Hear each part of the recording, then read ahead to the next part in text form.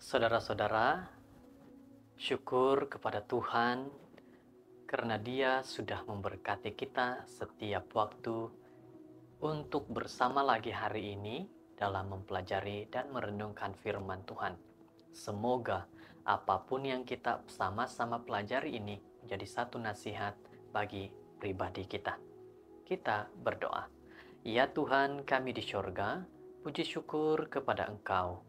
Karena kemuliaan-Mu, kebaikan-Mu Tuhan, kami dapat bersama untuk mendengar lagi firman.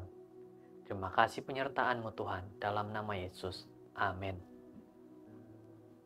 Saudara-saudara yang terkasih, firman Tuhan pada hari ini berjudul Mustahil Secara Manusiawi.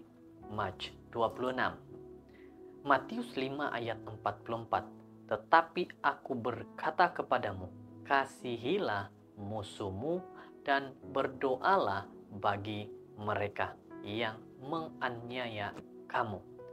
Saudara-saudara, ini adalah merupakan satu perkara yang mustahil bagi kita secara manusia.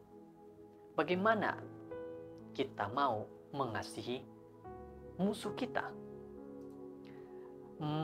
Michael Whitman, seorang pemilik kedai minuman dari Pennsylvania, ialah seorang yang pemarah dan tidak mesra.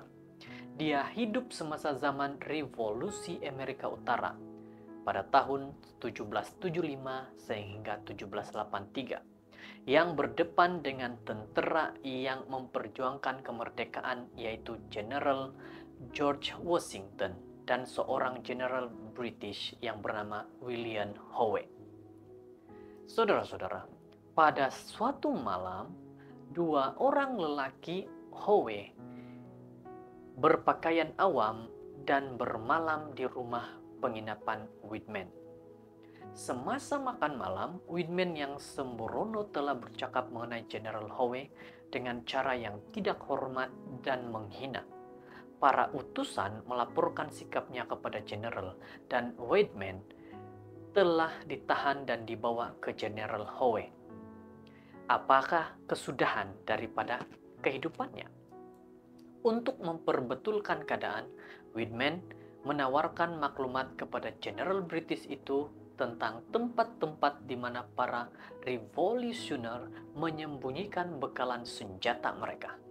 General kasihan terhadap dirinya karena tawaran hikmatnya dan melepaskannya.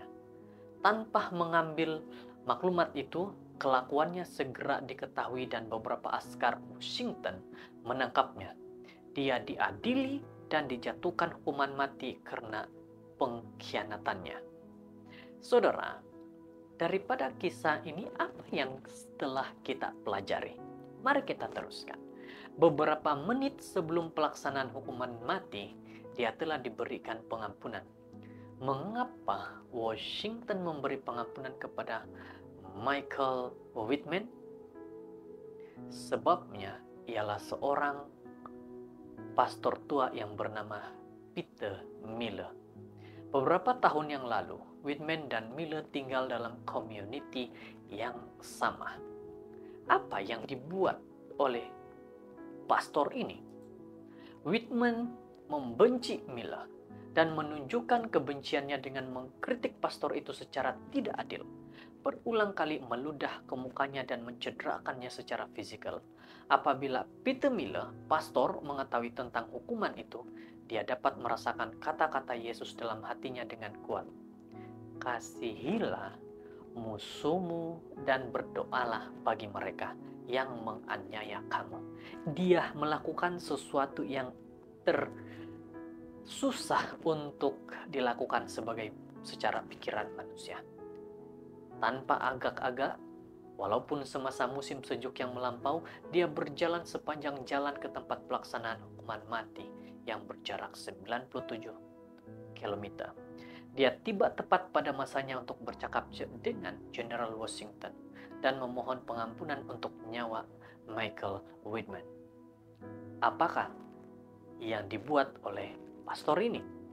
George Washington menjelaskan kepadanya bahwa adalah mustahil untuk memberikan pengampunan kepada seorang pengkhianat dan bahwa dia tidak dapat melakukan apa-apa untuk menyelamatkan nyawa rekannya. Jenderal ini berkata sedemikian kepada pastor. "Rakan saya," balas Miller, "tetapi dia ialah musuh ketat saya. Saya melakukan ini karena saya mau menurut perintah Yesus Kristus."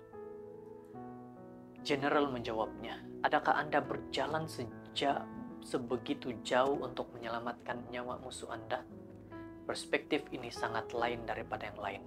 Saya akan menandatangani pengampunannya karena Anda, Pastor Miller," kata jenderal itu.